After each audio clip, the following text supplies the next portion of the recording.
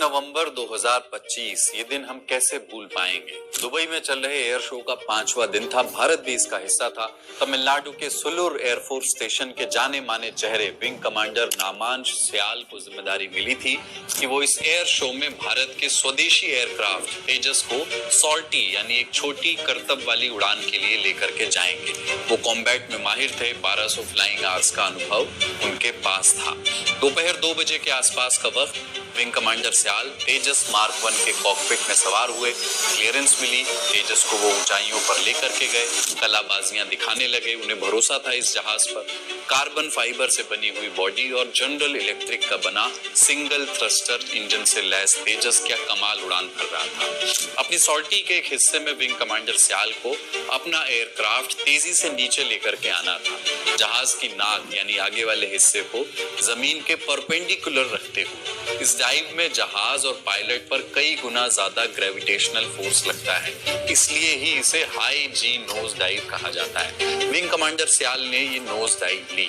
जमीन के पास पहुंचकर उन्हें अपने तेजस के थ्रस्टर्स को फिर से फुल पावर में झोंक देना था, जिससे जहाज को फौरन ऊंचाई तक ले जाया जा सके। उन्होंने अपनी पूरी कोशिश की, लेकिन जमीन के पास आते जहाज ने फिर से ऊंचाई पकड़ने से इनकार कर दिया और उसी वक्त विंग कमांडर स्याल का जहाज जमीन पर क्रैश कर गया। कैमरा में दिखा कि कैसे वो जहाज आग के गोले में बदल गया। भारतीय वायुसेना ने विंग कमांडर स्याल की मृत्यु की पुष्टि की और मामले की जांच के लिए एक टीम का गठन कर दिया।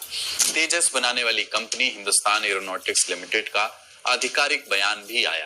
उन्होंने इस दुर्घटना को एन आइसोलेटेड अकरेंस बताया, यानी ये अपनी तरह की एक अकेली घटना है।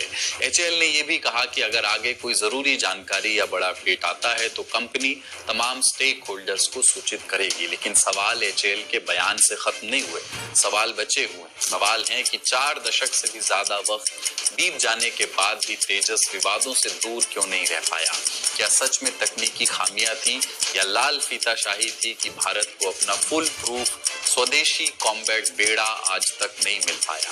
गाड़ी कहां अटकी और विंग कमांडर नामांश स्याल की मौत का जिम्मेदार कौन है? सारे सवालों के जवाब